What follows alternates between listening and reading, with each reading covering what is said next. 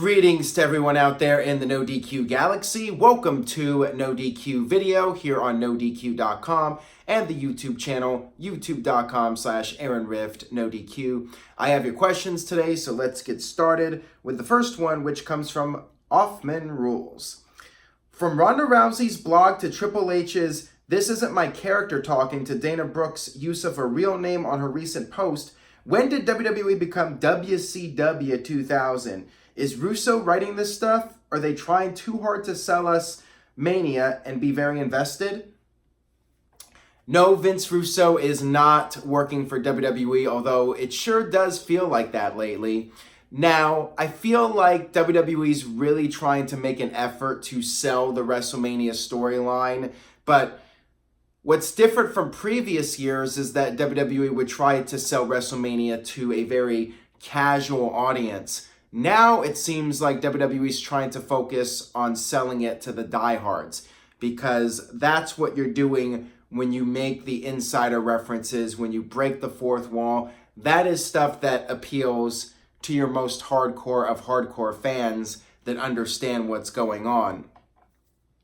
Time will tell if it's effective or not. It did not do WCW any good.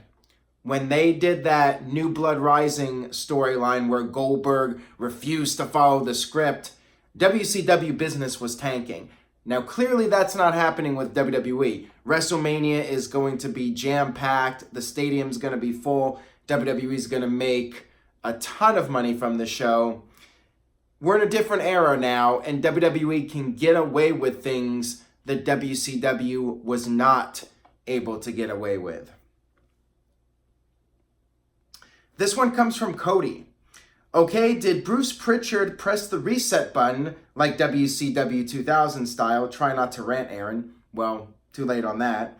Without telling everyone. The stories this year have been lame, but at least it was a story. Now everything feels inconsistent. Your thoughts, Aaron? I would say that the storylines, in particular, the Raw Women's title storyline, it's been overdone. I think we can all pretty much agree on that.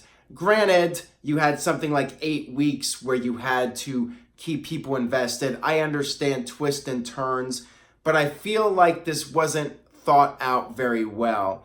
There were a lot of mistakes made, a lot of small ones, some bigger, some smaller, depending on what the situation was. I think one of the bigger mistakes was not having Vince get involved when the storyline started, with Vince making an announcement that Becky would be suspended, and then Charlotte came out on SmackDown and said that Vince was going to crown her the new champion.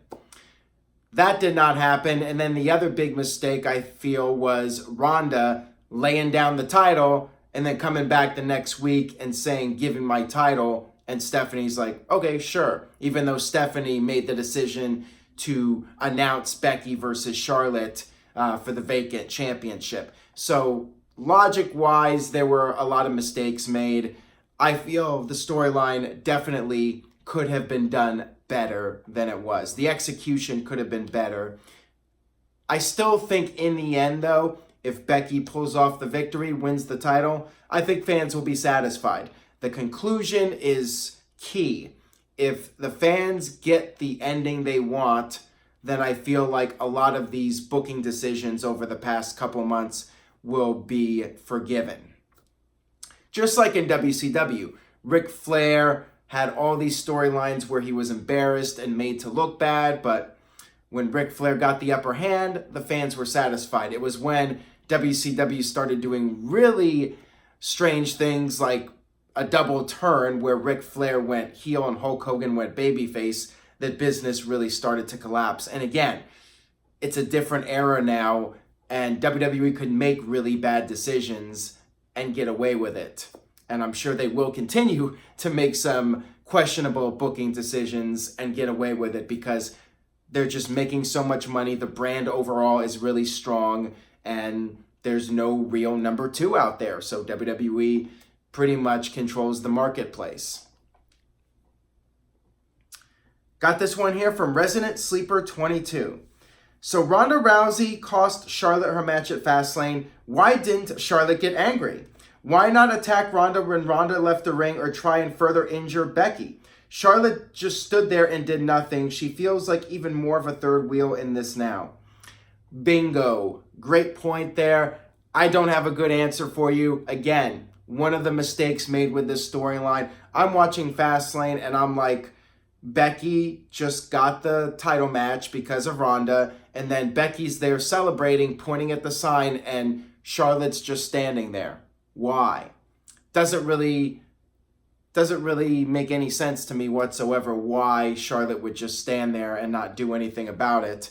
Just let it happen, basically, and not even attack Becky after the match. Like, as intense as this feud has been, she just stood there like an idiot. I do like the storyline in the sense of Charlotte biding her time and letting the other two go at it and then picking her spots. But we really haven't seen that played out on television. Charlotte's been quiet on social media. Like I said, I feel there are ways this storyline could have been told better than it was. And maybe if it was kept a little bit simpler, you didn't have the suspension and then the suspension is lifted and then Vince suspends Becky and then Stephanie reinstates Becky and Vince is nowhere to be found. You know, little things, you add it all up, this storyline could have been executed a lot better. But I sound like a broken record now, so let's go ahead and move on to the next question. This one comes from The Sinful Saint. Is it possible that we will get a multi-man ladder match for the US title at WrestleMania this year? Perhaps Joe, Mysterio, Andrade, Truth, Ali, and Owens? Yeah, I think it's quite possible. Now, we did see Rey Mysterio defeat Samoa Joe on SmackDown, but that doesn't necessarily mean anything. We know how WWE likes to book these WrestleMania matches. WWE wants to get as many people on the card as possible, and usually, more times than not, these undercard matches just get thrown together with all the mid-carders that don't have major storylines going on, and all these people are put in multi-person matches, and that's that. It is what it is. So yeah, would not shock me at all if this was a match for WrestleMania, some sort of 5-way or 6-pack challenge for the US title. I'm almost expecting it to happen at this point. Yeah, Rey Mysterio versus Samoa Joe one-on-one would be cool, but I feel like it's more than likely going to be a multi-person match unless WWE does the Andre Battle Royal again, and then you can have like 20 guys thrown in there. But those are like even the lower tier guys. Those are like the guys that barely manage to get television time. Those are going to be your Titus O'Neils and those type of people. This one comes from Colin Andrew. How would you feel about the Usos versus the Hardys in a ladder match at WrestleMania for the SmackDown Tag Team titles?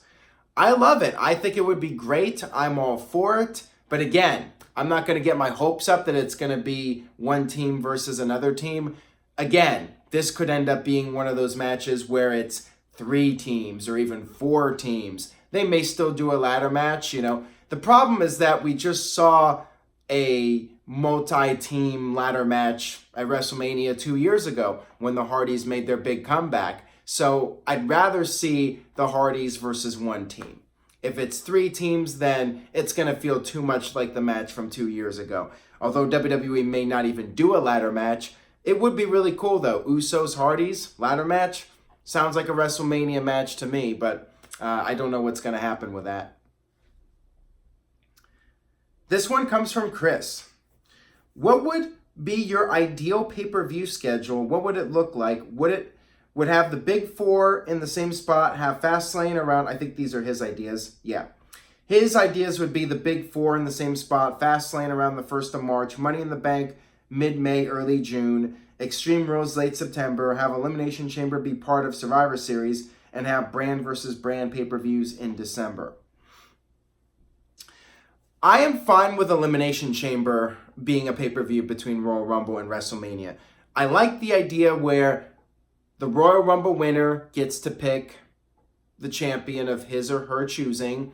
You know, you have the 2 Royal Rumble matches, and then the other champion. Now, this, of course, is if WWE decides to keep doing one world champion for each show. I like Elimination Chamber. And you know what? Even if it's not for a number one contendership, I do like Elimination Chamber being for the title, because then the champion, the challenger had to win the Royal Rumble to earn the WrestleMania spot. At Elimination Chamber, the champion has to earn that WrestleMania opportunity by surviving the chamber. So I like Elimination Chamber where it's at. I'd get rid of Fastlane.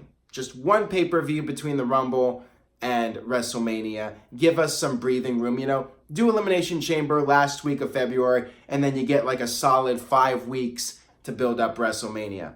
I like that format. And then you could potentially do Money in the Bank after WrestleMania. I'm fine with that. Although I feel like I would like to see Money in the Bank at WrestleMania, especially when it's a nice way to get multiple people on the show, which WWE likes to do. The only thing I don't like about Money in the Bank being so close to WrestleMania is if WWE wants to do a ladder match, which I feel they should.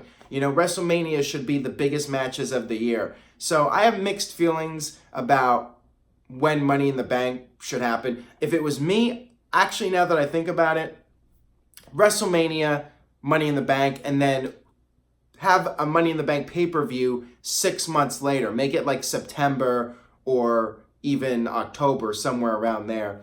Maybe September. Get rid of TLC. Get rid of Hell in the Cell. Bring back King of the Ring for June. I know that much. Have King of the Ring as a pay-per-view. We're in the era now where the pay-per-view buy rates, it's a thing of the past now. So do King of the Ring, tournament, winner gets the SummerSlam opportunity.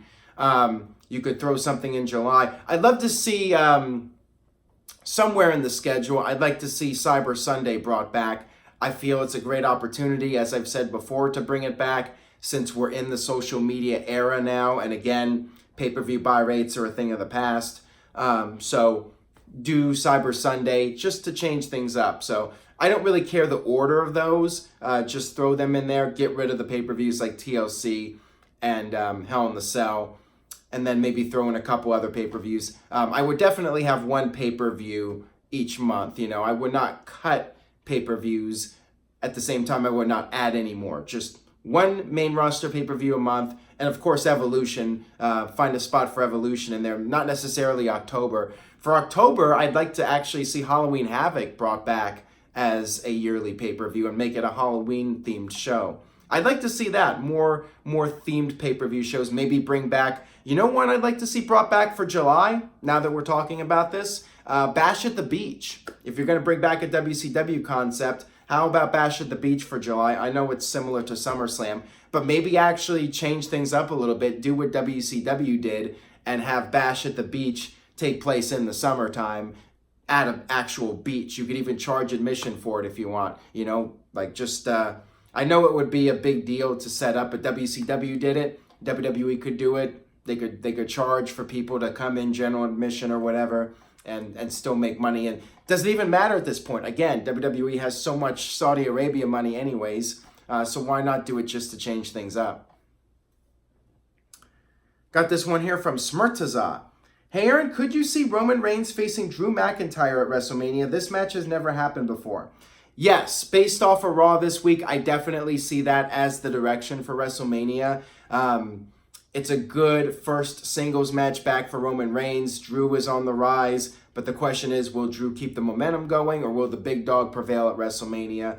That remains to be seen. I think a lot of that depends on who's winning the Universal title match.